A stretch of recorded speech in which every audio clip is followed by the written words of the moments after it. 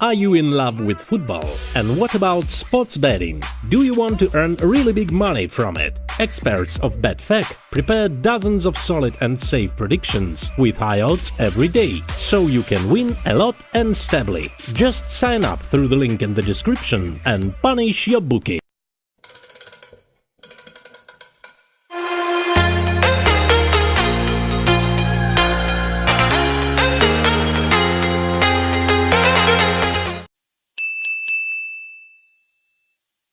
Mo Salah, once again the star of the show for Liverpool tonight, where they've beaten Roma by 5 goals to 2. Let's hear from the Liverpool captain, Jordan Henderson. He's with Des Kelly. Thank you. Yeah, they let it slip at the end, but overall a magnificent performance at times from Liverpool against a team that perhaps helped them a little bit by their tactics. Yeah, Roma did help them, the manager did, with the tactics, with the high line, but Liverpool blew them away. They had too much for them in every department. They couldn't control Liverpool's forward running, they couldn't control the speed and the energy, and defensively Roma were a disaster. Although the first half an hour or so, Roma were actually in it, weren't they? Well, they had control, yeah. Without really being a threat going forward. They had the shot when it went off Karius's hand and hit the crossbar with Dzeko, but besides that, yeah, they had territorial control. But from probably 25 minutes up until the last 10 minutes, it was the most one-sided semi-final I think you'll ever see. Yeah, and it started with a bit of magic from Mo. Yeah, it did, and I think what was great about this Liverpool performance today is that they found a weakness after them 25 or 30 minutes, and they absolutely went for the jugular with that. They continued to go in behind, running behind, because they knew that this Roma team weren't capable of defending, and this finish here is absolutely tremendous. The way he's put that in the top corner, there's no keeper on the planet. 2 keepers in that goal don't save that. Phenomenal. It's the start of the bad defending for Roma. I mean, Mo Salah, the informed playing well football, make him move the ball, make him do something special. He only has to just touch it to the side, and then he's got the ability to do that. Yeah, get your position right, get close to him, you've got some backup, push him down the line. You actually just put it on a plate. Of course, that skill is special, but try and make it difficult for him at least.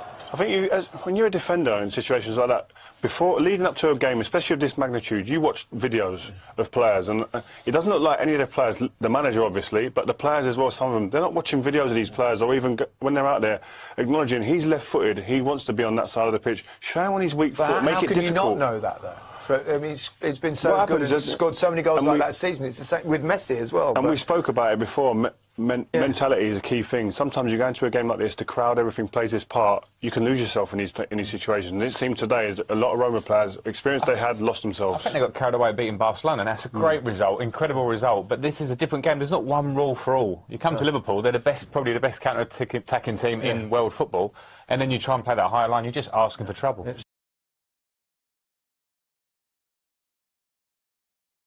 It certainly was, and we saw it again with goal number 2, another Mo Salah, deft little finish this time.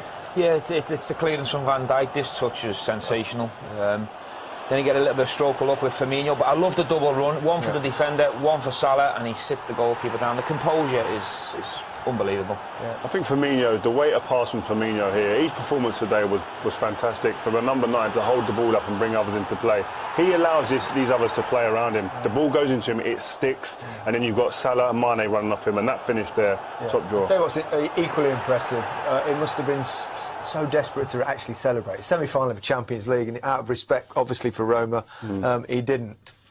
Fair play. Yeah, I like that. Don't think I had a problem myself. Inside, he must have been burst and then to go crazy. He must have been. He must be very happy. And then he started creating chances as well. Great ball from Trent Alexander-Arnold, who was brilliant again. Yeah, it was fantastic. His delivery and passing on that right-hand side and composure for his age. But Mo Salah again waltzing in. I mean, it's a great run. It's tight for the offside. I think it's right. I think he is an offside. I think he's on the borderline there in the right way. Great ball in the space there. Perfect for him. And again, there's only one thing that's going to happen here.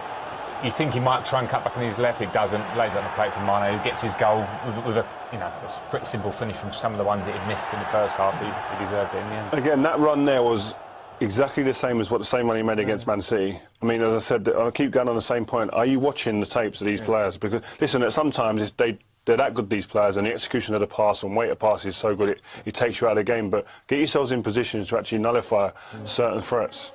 Yeah, Firmino got on the goal scoring act, a couple of assists and 2 goals himself, scored the last 2. Yeah, I mean, I mentioned Firmino before, how good he was.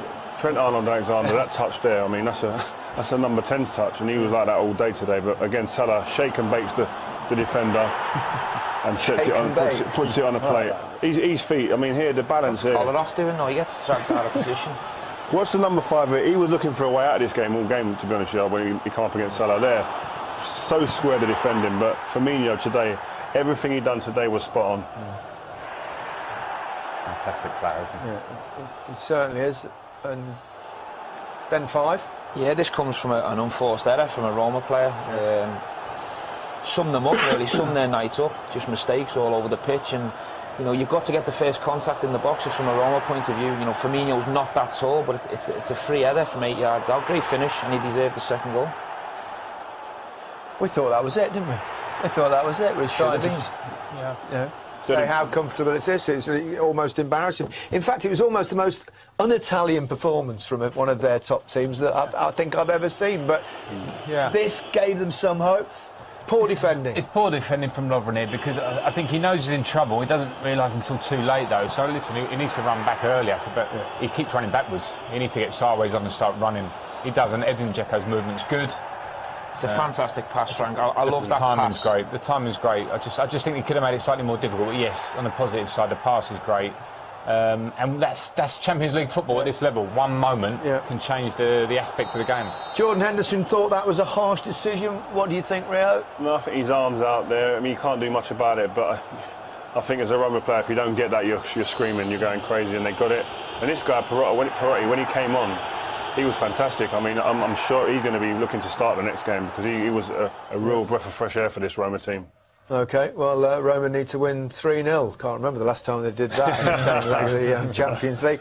Time for another really bad news to hear that about Oxlade-Chamberlain, and let's hope that it's not as bad as they think it is and he recovers quickly. A real blow, not just for Liverpool, of course, not just for Alex himself, but, of course, possibly England and a World Cup ahead.